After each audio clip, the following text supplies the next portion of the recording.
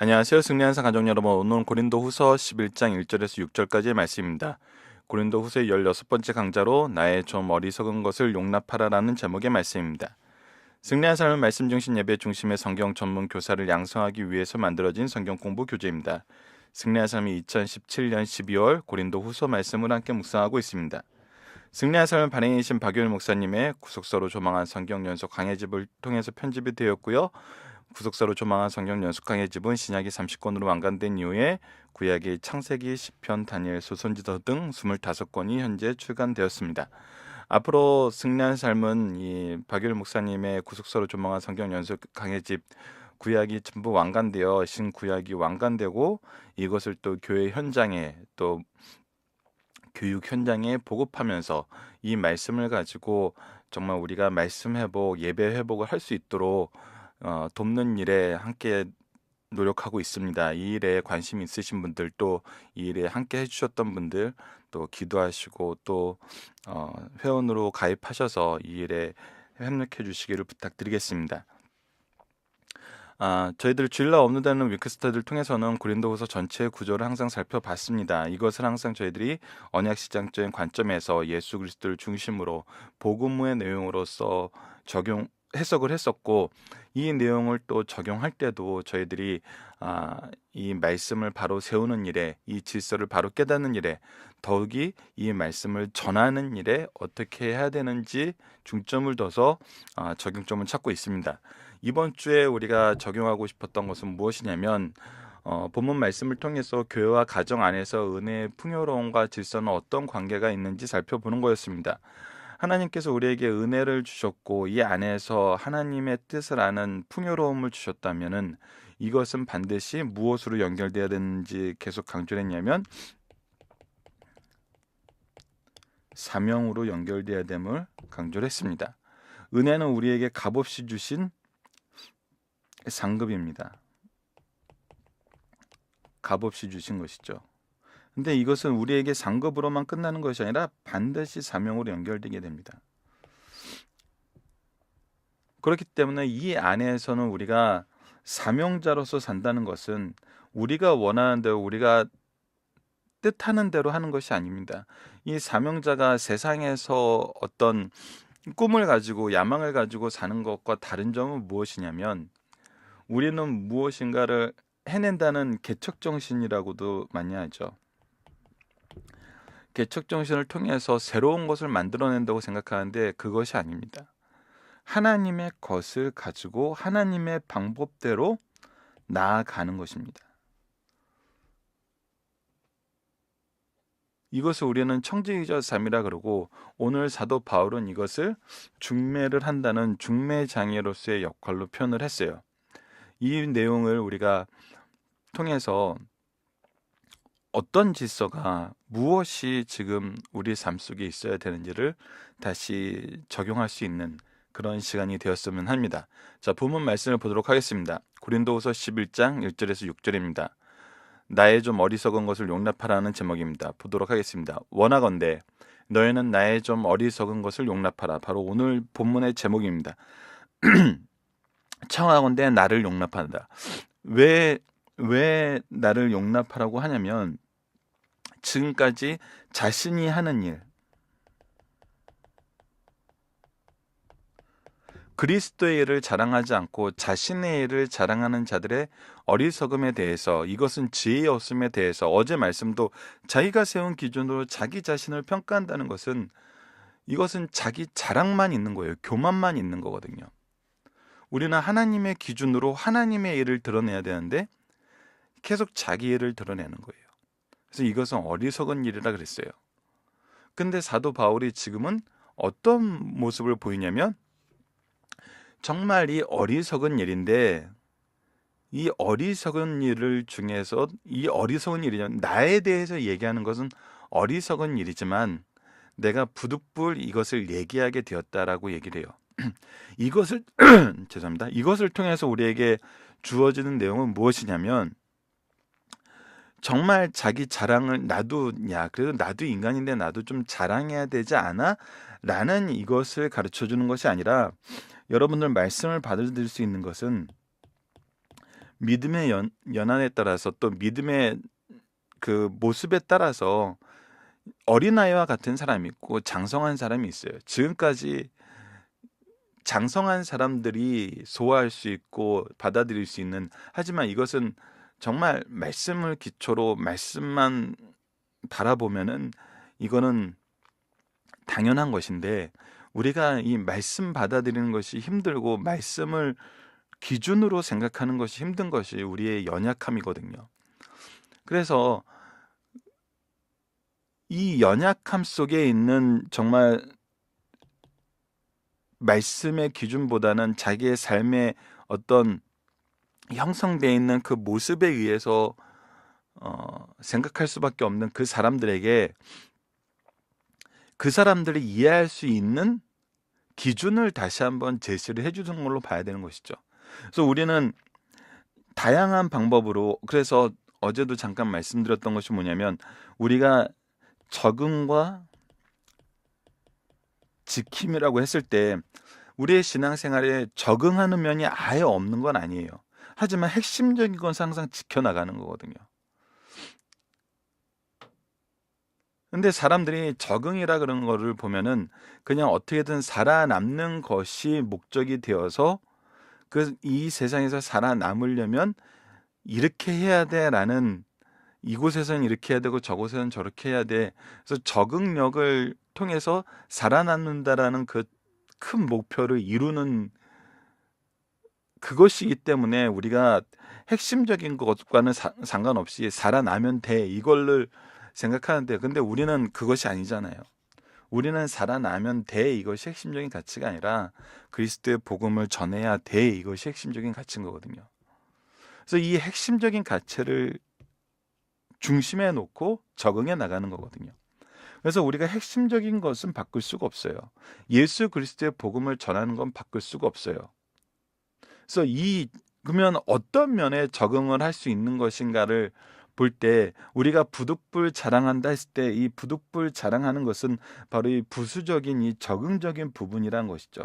근데 이 적응적인 부분도 어떻게 했을 때 올바른 것이냐면, 바로 오늘 사도 바울이 얘기한 것과 같이 했을 때 올바른 것이라는 거예요. 그래서 이것을 통해서 우리가 구분할 수 있다는 것이에요. 자, 봅시다. 왜 그것이 부수적인 부분에 대한 바른 예인지 2절 말씀에 나타납니다.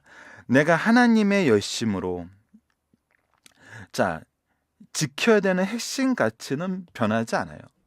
하나님의 열심으로라는 것은 하나님의 뜻으로, 하나님의 마음으로, 이것은 때로는 아니라, 이것은 원어적인 표현을 보면은 하나님의 질투로라는 표현이 있어요. 의미가 있어요. 이것은 무엇이냐면, 하나님은 우리를 사랑하세요. 하나님은 우리를 선택하셨어요. 그리고 선택하신 우리를 포기하지 않으세요. 그래서 우리를 사랑하시는 그 사랑을 보이시기 위해서 예수 그리스도를 이 땅에 보내시고 우리를 하나님의 자녀로, 예수 그리스도의 신부로 인정하시고 받아들이셨어요. 이것이 하나님의 마음이에요. 근데 이 마음을 얼마나 열심히 우리에게 보여주시는데, 우리가 이것을 거절해요. 이것을 거부해요. 이것을 외면해요. 이것을 싫어해요. 이것을 박해해요. 그럴 때 하나님은 어떻다고요? 질투하신다고요.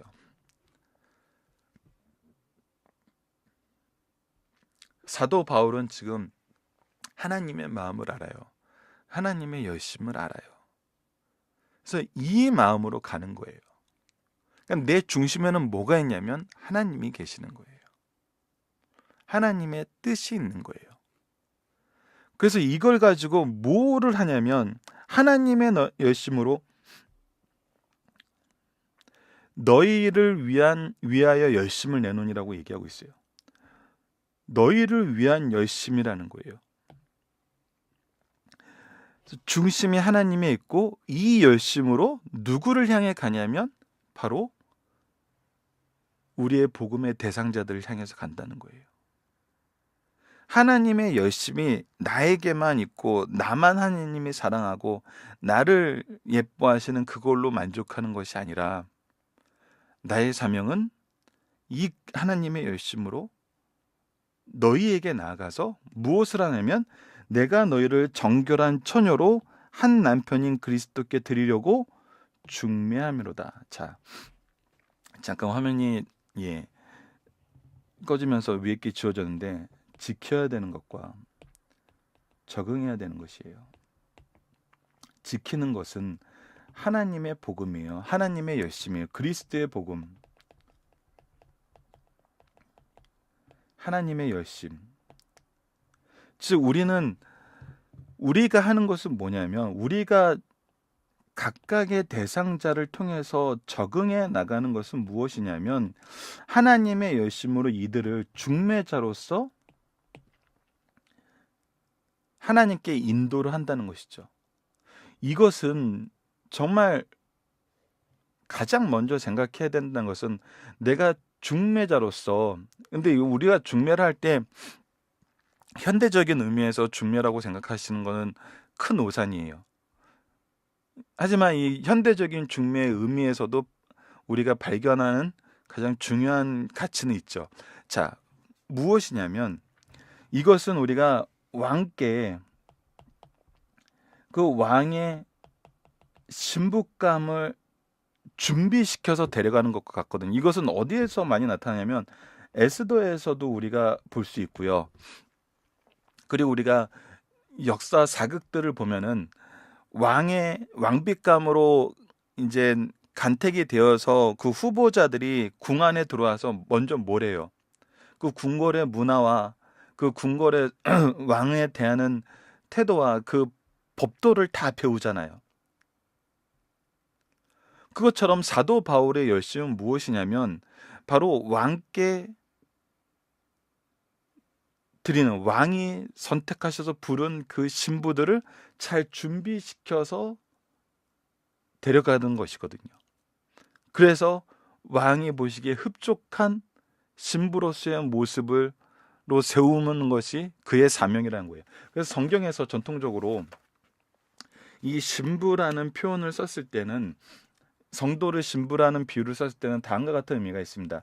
첫째는 하나님의 백성은 정결해야 된다는 의미가 있어요. 둘째는 하나님의 백성은 그리스도에게 헌신해야 된다는 의미가 있어요. 셋째는 정혼한 처녀가 신랑을 사모한 같이 교회 성도는 세상에 있을 동안 그리스도를 만나는 날을 사모해야 된다는 의미가 있어요. 넷째, 교회는 후일에 완전한 그리스도와 연합을 하게 된다는 것을 우리에게 의미해줘요. 그러니까 이 결혼은, 이 중매는 현대적인 의미에서 한번 만나봐 이것이 아니라 열심히 준비되어서 그의 합당한 모습을 이루도록 준비시키는 모습의 중매함이란 거예요. 이것이 바로 사도 바울이 하는 일이란 거예요. 각각의 상황이 다른 사람들에게 정말 그리스도의 열심을 가지고, 그리스도의 이 은혜를 가지고, 지혜를 가지고 이 일을 해내는 거거든요. 그러면서도 이 현대적 의미에서 이 중매함에 굉장히 중요한 키포인트가 뭐냐면, 여러분들 중매자가 중매를 했을 때 자기 자랑을 해요. 자기 자랑을 하는 사람들은 솔직히 별로 실용적이지 않아요. 야, 내가 누구도 연결해줬어, 누구도 연결해줬어, 누구도 연결해줬어. 근데 그런 사람이 속이는 사람 치고 이렇게 나에게 확 다가오는 사람이 있을 경우는 굉장히 적거든요. 오히려 정말 중매를 잘 서는 사람은 뭐냐면, 나는 내가 결정권자가 되는 것이 아니라 최대한 상대방에 대해서 잘 가르쳐주고 바르게 가르쳐주는 것이죠. 그래서 상대방을 돋보이게 만드는 거거든요. 즉, 나는 결정권자가 되는 것이 아니라 소개하는 사람이 되는 것이고, 소개하는 것은 나를 소개하는 것이 아니라 상대방을 소개하는 거예요. 이것이 중매자의 바른 모습이거든요. 근데 우리가 이 내용을 통해서 보게 되는 것은 뭐냐면, 참된 스승은 정말 핵심인, 지켜야 되는 것인 하나님을 가르쳐요. 근데 자기의 기준으로 자기를 판단한다는 건 뭐였어요? 중심에 하나님이 있는 게 아니라 내가 있고, 나를 자랑하고 내가 평가해서 내가 다 모든 것을 결정하고 너는 좋은 놈, 너는 나쁜 놈, 너는 좋은 놈, 너는 나쁜 놈, 이런 걸 하고 있다는 거예요. 그러니까 지금 우리가 전통적인 의미에서, 성경에서 가르쳐주는 의미에서 하나님의 열심으로 너희들에게 열심을 낸다라는 이 의미도 없고, 그냥 그리스도의 신부로서 내가 준비시켜야 되는 그 사명을 감당한 사람이란 그 의미도 없고, 현대적인 의미에서도 상대방에 대해서 내가 결정권자가 되지 않고 상대방에 대해서 충분하게 바른 지식을 전달하려는 것도 없이 중매하는 자들이 있다는 거거든요. 그런 자들이 어리석은 자들이라는 거거든요. 그래서 우리가 그리스도의 일꾼 되었다는 것은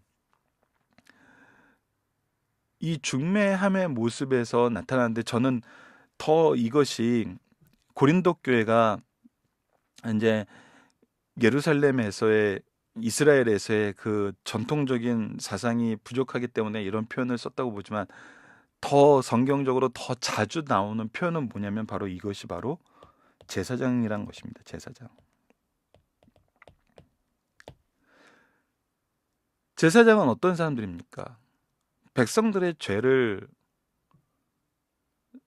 대속하는, 그래서 이것을 위한 속죄 제사를 책임지고, 또 사람들에게 누구를 가르치고 무엇을 계승하게 해요? 바로 하나님을 가르치고 하나님의 구원을 계승하게 하는. 그래서 내가 시판관이 되는 것이 아니라 나는 정말 중매자처럼 하나님만 드러내는 이런 모습으로 우리가 볼 수 있잖아요. 그래서 이러한 영적 스승들이 가장 주의 깊게 보고 조심하게 시키고 가장 경계하는 것이 뭐냐면 바로 2절 하반절부터 나타나는 겁니다. 그러나 나는 뱀이 그 관계로 하와를 미혹한 것 같이. 이 뱀의 관계는 우리가 자주 설명하지만 그들이 다른 기준을 가지게 만드는 거였어요. 하나님의 뜻을 따르지 않게 만드는 거였어요. 하나님의 뜻에서 떨어져 나가게 하는 거였어요. 그러니까 하나님께로 소개하는 자가 아니라 하나님께로부터 멀어지게 하는 자예요. 완전히 다른 것이죠. 그래서 하나님 자리에 누구를 놓고 싶냐면 사탄을 놓고 싶어 했어요.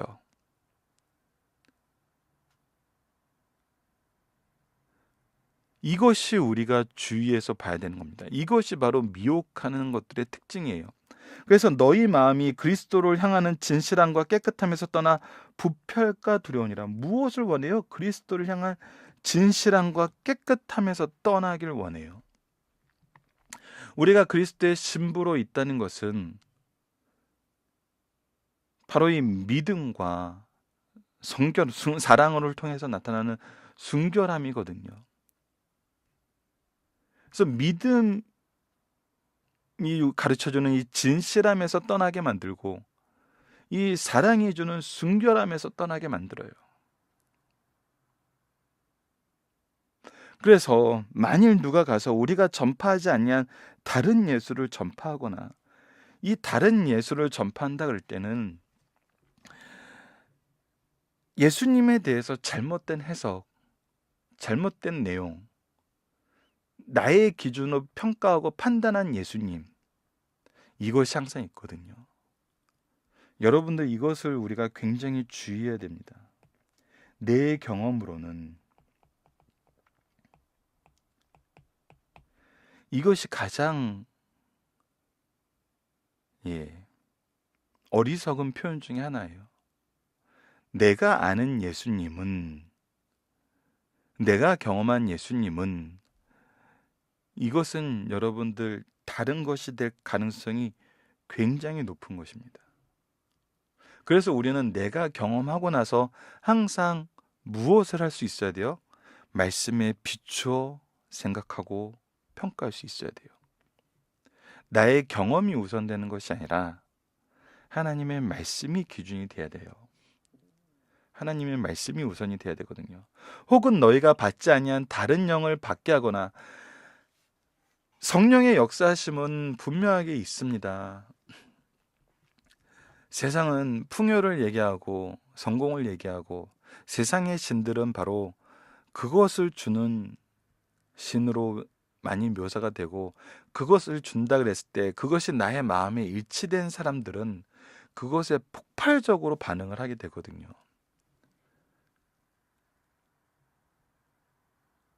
그래서 우리가 왜 사람들이 이단에 쉽게 유혹되고 세상 풍조에 쉽게 동화되는지 우리는 알고 있잖아요. 바로 죄 때문이고 나의 기준에 합한 것이 좋을 때가 많거든요.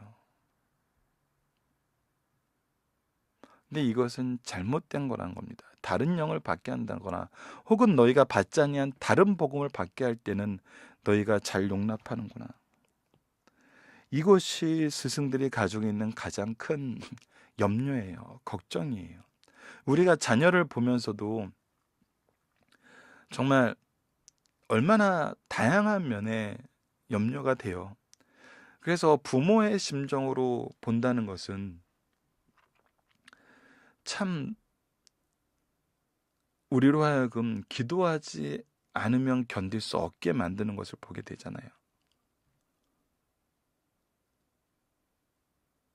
이 세상 풍조를 보고 이 세상 문화를 보고 이 세상이 흘러가는 방향을 볼 때 너무나 무섭잖아요. 한국 사회는 이 부분을 정말 적나라하게 보여주잖아요. 우리가 자녀들하고 말씀 한 절 나누기가 힘들고 가정 예배를 통해서 그들과 이 신앙의 교제하기가 얼마나 힘든 세대에 살고 있어요. 저도 아이를 키우는 입장에서 정말 예배를 준비하고 예배자로 나아가게 하는 것이 얼마나 힘들고 어려운지를 알아요. 너무나 아이들이 해야 될 것이 많고 그 해야 될 것 안에서 정말 쉼을 얻는데 이 말씀을 통한 쉼보다는 세상 문화와 풍조에 의한 쉼이 그들을 정말 가까이에서 유혹하거든요.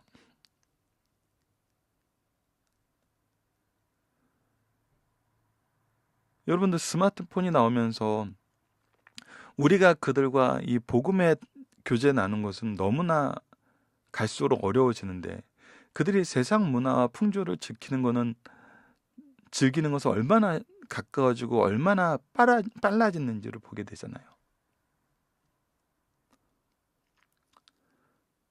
그래서 승리하는 삶을 통해서 정말 다양한 컨텐츠를 만드는 이유가 바로 거기에 있는 거거든요. 좀 더 가까이, 좀 더 쉽게 복음의 이 내용을 접할 수 있도록 인도하기 위한 거거든요. 자, 사도 바울이 계속 이렇게 편지를 쓰는 이유도 그겁니다. 계속 권면하는 이유도 그거예요. 자, 5절입니다. 나는 지극히 크다는 사도들보다 부족한 것이 조금도 없는 줄을 생각하노라. 내가 비록 말에는 부족하나 지식에는 그렇지 아니하니 이것을 우리가 모든 사람 가운데 모든 일로 너희에게 나타내느니라. 자, 보십시오. 이것은 앞절에서 나타났던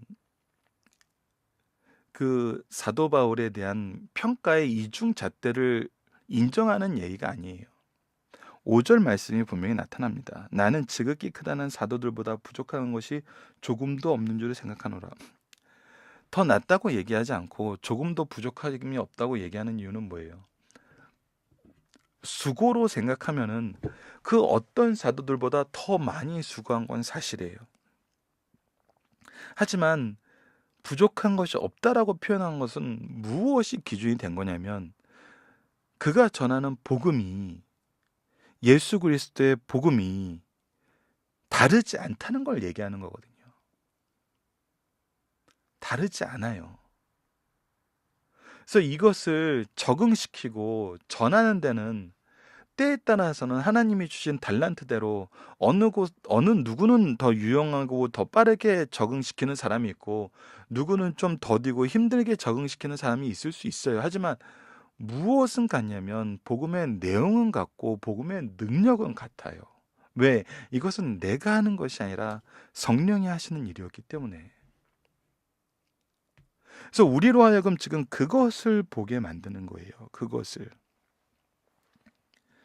그래서 이것은 우리가 모든 사람들 가운데 모든 일로 너희에게 나타내었노라. 지금 그가 하는 일은 그리스도의 신부들을 준비시켜서 하나님 앞으로 이끌어 나가는 거예요. 제사장적인 신앙을 가지고 그들의 죄를 애통해 하면서 그들이 하나님을 바라보게, 예수 그리스도를 바라보게 하는 거거든요.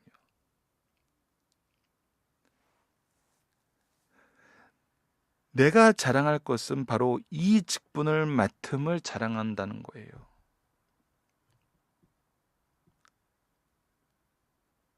내가 자랑하는 것은 하나님 앞에 너희들 앞에 하나님을 더욱더 아름답고 놀라운 모습으로 소개한다는 거거든요.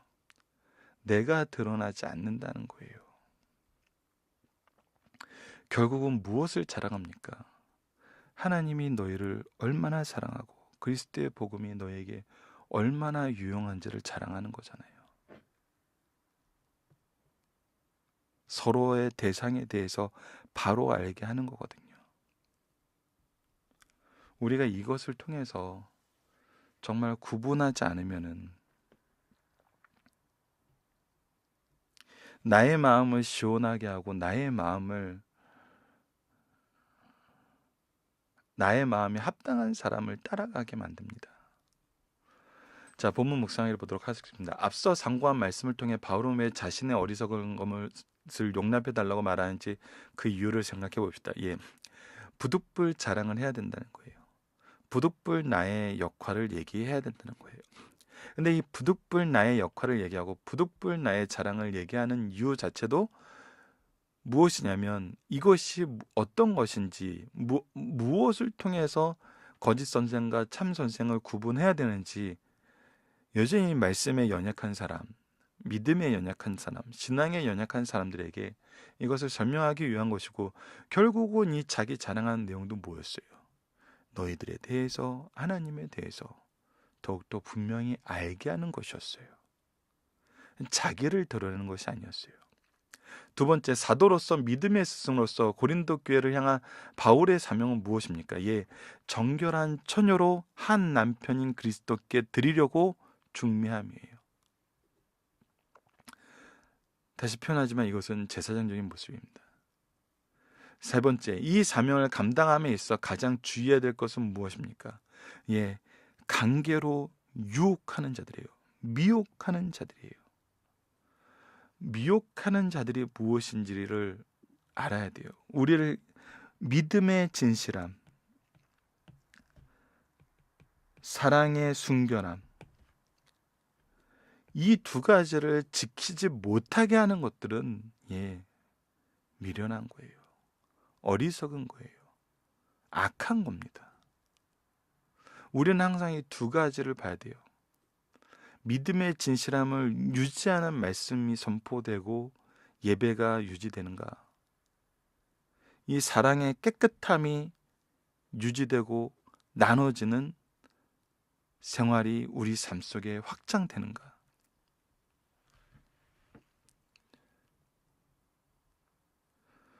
이것이 이제 행위적으로 볼 때는 주의 성소와 11조에 대해서 11조를 정말 우리가 최후의 기준으로 보고 있거든요. 그러니까 왜냐하면 물질의 10분의 1은 드리라는 것은 하나님의 질서의 선언이었고 제7일을 안식일을 기억하여 거룩하게 지키라는 것도 하나님의 질서 안에서 하나님이 선언한 거예요. 하나님의 주권을 인정하는 모습으로 우리에게 주신 바로 두 가지예요. 이것은 명령이에요. 권유가 아니었어요. 그래서 우리가 이 진실함과 깨끗함을 유지하는 마지막 그 선을 뭘로 보냐면 주의 성소와 11조를 봅니다. 이것이 잘 지켜지도록 하는 거. 근데 이것을 막 다른 이유, 다른 모습으로 이것을 하게 만드는 것이 아니라 말 그대로 하나님의 주권적 선언에 순복하는 자세로 이것을 지키게 만드는 거. 이것이 바르게 지키는 거거든요. 주일 성수를 하게 만든다고 해서 막 주일날 예배가 아니고 이 말씀의 교제가 아닌 막 다른 행사들로 막 꾸며서 그것을 채워놓고 이것을 이제 주일 성수하게 만드는 지혜로운 방법이다 얘기하면은 그곳에 예수님이 없고 그곳에 하나님의 뜻이 없는데 어떻게 그것이 우리가 중매를 하는 자리라고 볼 수 있고 하나님을 만나는 하나님의 임재 앞에 있는 자리라고 볼 수 있어요. 그냥 교회를 다른 놀이터로 바꾼 거죠.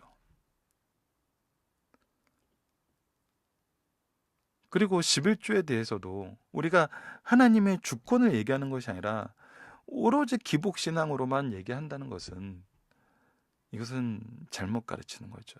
완전한 것을 가르치는 것이 아니죠. 그래서 이 두 가지 주일 성수와 11조, 그래서 우리가 자녀들에게는 이 부분을 어려서부터 바르게 가르쳐야 됩니다. 어려서부터 바르게. 자, 만일 누가 그래서 우리가 이러한 구체적인 기준을 가지고 예수님에 대해서 전하는 것이 무엇인지를 바로 볼 수 있어야 돼요. 현대에 나왔던 가장 안타까운 것이 예전에도 몇 번 말씀드렸지만 신학의 틀에서 나왔던 현대적인 연구들이 대부분 다른 예술을 전파해요.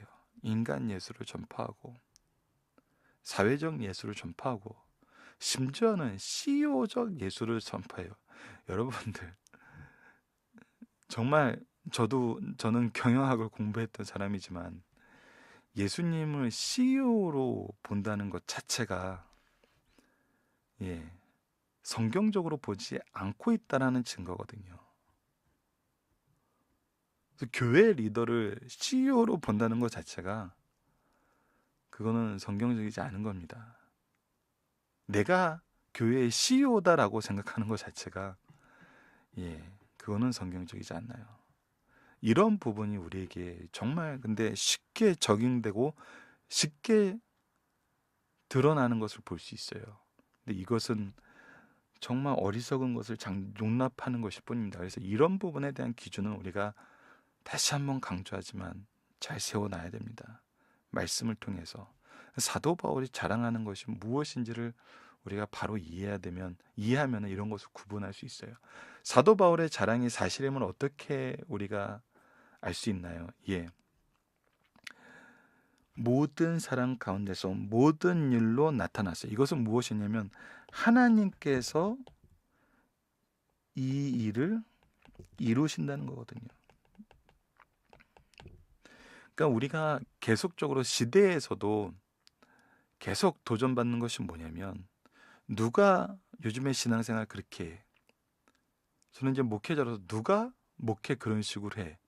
그런 식으로 해서 될 리가 없어 라는 방법들이 굉장히 많아요. 성경적으로 해야 되는 것들 중에 이런 평가를 받는 것들이 굉장히 많아요.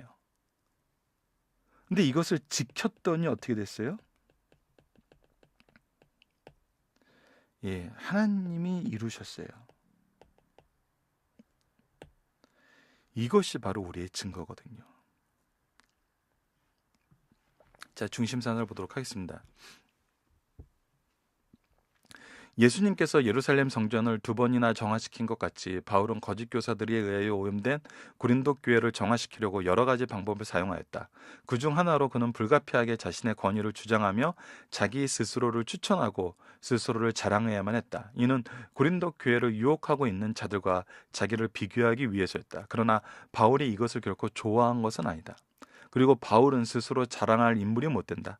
그것은 그의 육의 사람은 이미 죽었고 그리스도께서 그의 속에 살아계시기 때문이다. 또 그는 그리스도를 아는 지식이 가장 고상함을 알고 있는 까닭에 그리스도 이외에 다른 것을 좋게 여길 수 없는 지도자였기 때문이다. 그럼에도 불구하고 고린도후서 11장에는 본격적으로 그는 자랑하고 있습니다.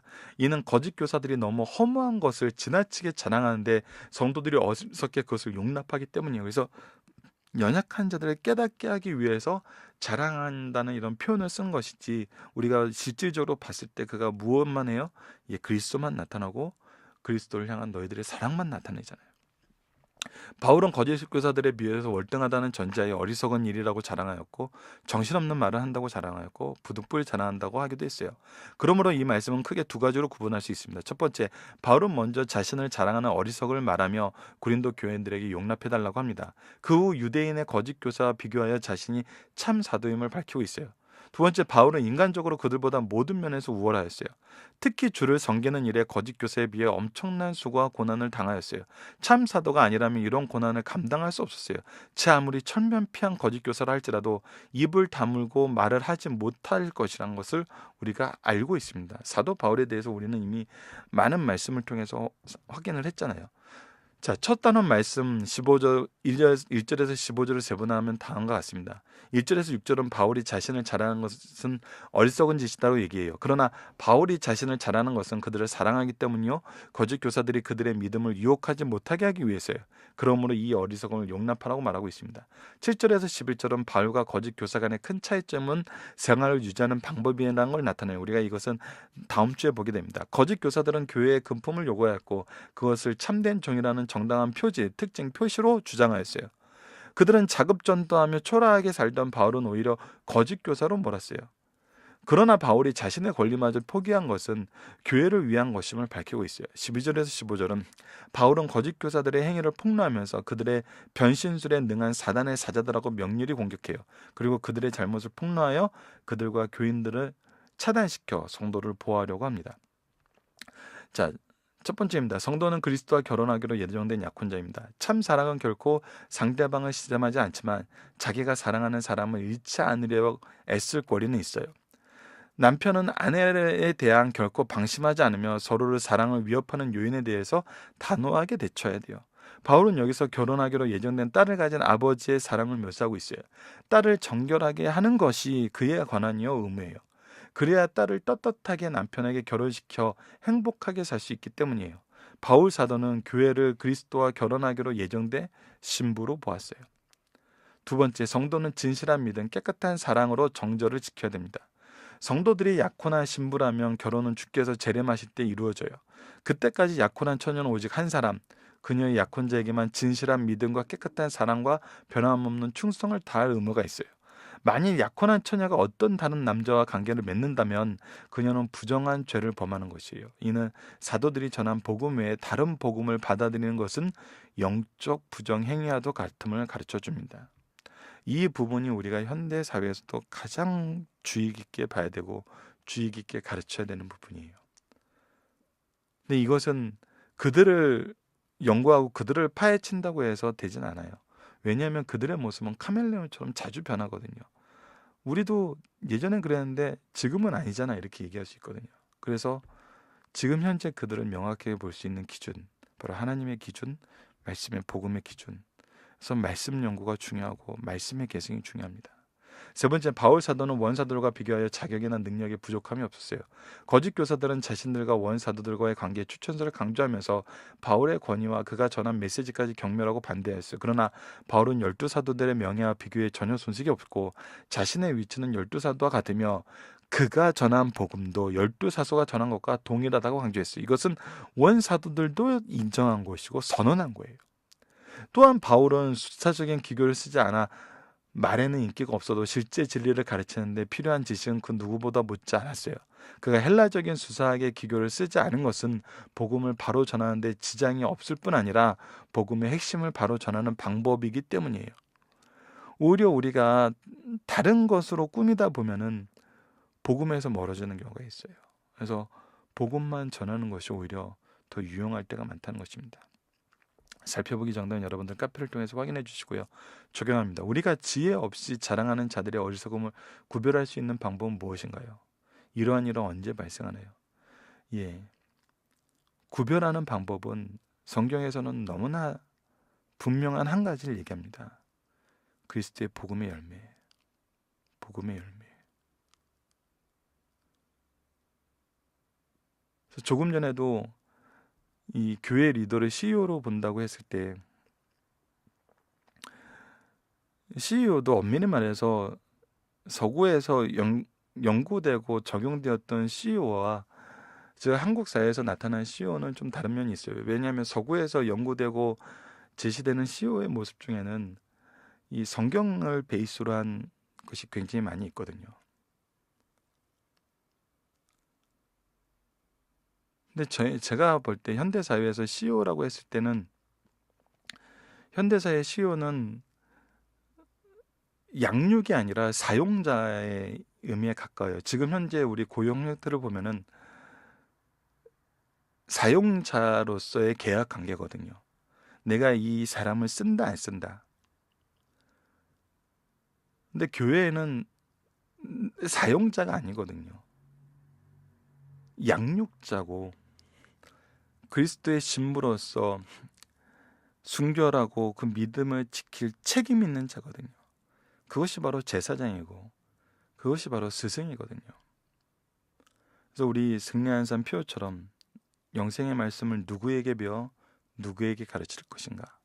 바로 이 스승과 제자 관계가 없는 것이 제가 현대 사회에서는 가장 구분하기 쉬운 건 것 같아요. 내가 제자를 양육하려고 이 자리에 있는지 아니면 사용권자로 이 자리에 있는지. 사용권자라는 건 오히려 현대적인 의미에서 그냥 중립적인 표현이지 우리가 다음 주에 말씀에서 보는 것은 결국 이용자라는 거거든요. 자기의 유익을 위해서 이용할 뿐이거든요. 어떻게 이용해야지 나에게 더 유익한지만은 계산하는 것이 바로 현대 사회에서 우리가 보게 되는 거잖아요. 근데 그러지 않고 양육자, 보호자, 부모, 스승 이 의미를 우리가 볼 때 구분할 수 있을 것 같습니다. 자, 말씀을 기초로 기도하기를 통해서 마치겠습니다. 하나님, 올 한 해 말씀을 통해서 하나님의 일하심을 세대와 세대를 이어 계승내며 주권적 역사하심 속에서 통치하심을 보게 됩니다. 그런데 때로는 세대와 세대가 이어질 때 자신의 일을 주장하며 자신의 지혜로 과거의 일을 비난하며 어리석음을 행하는 것을 보게 됩니다. 주님, 우리로 하여금 이러한 일들을 바로 분별하게 하여 주소서. 무엇보다 하나님의 능력을 계승하게 하시는 하나님의 일하심과 열매 맺게 하심을 통해서 참된 것을 구별하며 그리스도의 신부로서 성교를 유지하게 하여 주소서. 오직 주님의 통치가 우리의 가정과 교회를 인도하시길 간구합니다. 예수님 이름으로 기도드립니다. 아멘.